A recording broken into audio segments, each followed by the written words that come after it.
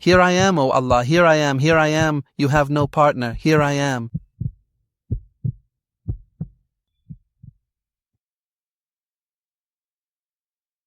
Welcome, pilgrims of the house of Allah, and greetings to you all.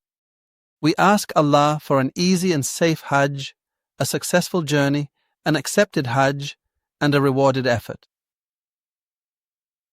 We are now going to discuss an important topic that concerns all pilgrims of all ages and from all countries. It is the subject of regulations and services regarding health guidelines for the pilgrim. The health services available in the Kingdom of Saudi Arabia at the Grand Mosque, the Prophet's Mosque, and the holy sites. Also, the health guidelines that the pilgrim needs well before arriving for Hajj.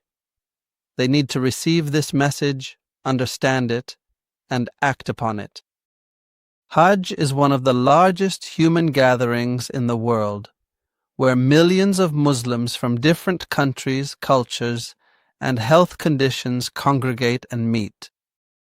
This important and great obligation, for which people have come together, responding to this meaningful call from every deep ravine, gathering here in this very place. From this perspective, we must have health awareness to protect ourselves and others, ensure the safe performance of Hajj rituals, and contribute to our own well-being, and to protect others from infectious diseases, reduce health risks, and promote the general health of the pilgrims. Regarding the health guidelines and what exactly must the pilgrim ensure, we begin before Hajj, before you embark on this important and sacred journey. So, what is required of you, O pilgrim of the house of Allah, before you set out for your Hajj and before you reach the holy sites? First, there is a set of vaccinations for pilgrims from within the kingdom. The meningitis vaccine, which helps protect against serious infections that can spread in crowded places, and the seasonal flu vaccine, which is important for reducing the risk of catching and spreading influenza during the pilgrimage. These vaccinations are required to help ensure the health and safety of all participants. The meningitis vaccine is taken once every 5 years. So, if 5 years have passed, you are required to take the meningitis vaccine. As for the seasonal flu vaccination, it is annual. Every year you need to take this vaccination if a year has passed since the last one. Some people take this vaccination, but it might be in the winter season, for example, and a full year hasn't passed yet. So, if you have completed a year, you take the seasonal flu vaccination. You take this vaccination, or both vaccinations, before Hajj. At least 10 days prior. It is very important to take these vaccinations 10 days before. These two types of vaccinations, meningitis and seasonal flu, for domestic pilgrims. Now for pilgrims from outside the Kingdom of Saudi Arabia, what are the necessary or mandatory health vaccinations? There is a set of health vaccines. First, yellow fever, and this vaccination against yellow fever, is a mandatory vaccination for specific countries, including some African countries and also some Latin American countries. These must be taken at least 10 days before the date of departure for Hajj or arrival for Hajj. And if a person has taken the vaccination against yellow fever, it is once in a lifetime. If they have taken it before, they do not need to take it again before coming to the Kingdom of Saudi Arabia and performing the Hajj rituals. Among the vaccinations that one should be keen on, and that the pilgrim must ensure they receive, is the vaccination against meningitis. It is also a mandatory vaccination, and it is compulsory for all pilgrims, both domestic and international, and it should be 10 days before Hajj.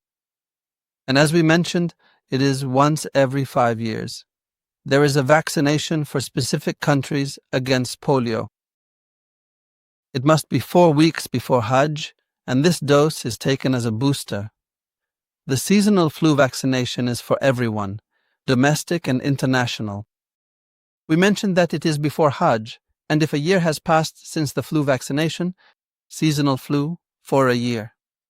Also, among the important vaccinations for those coming from abroad, from all countries outside the Kingdom of Saudi Arabia, is the vaccination against the triple viral vaccine against measles, mumps, and rubella. This must be 2 weeks before Hajj, and the duration of the dose or the timing of its administration for immunity varies according to the age group. Dear Pilgrim, to perform your Hajj with ease and comfort, as we discuss the topic of rights and duties, or services and regulations, there are some very important matters that will help you, God willing, in performing Hajj with ease and comfort.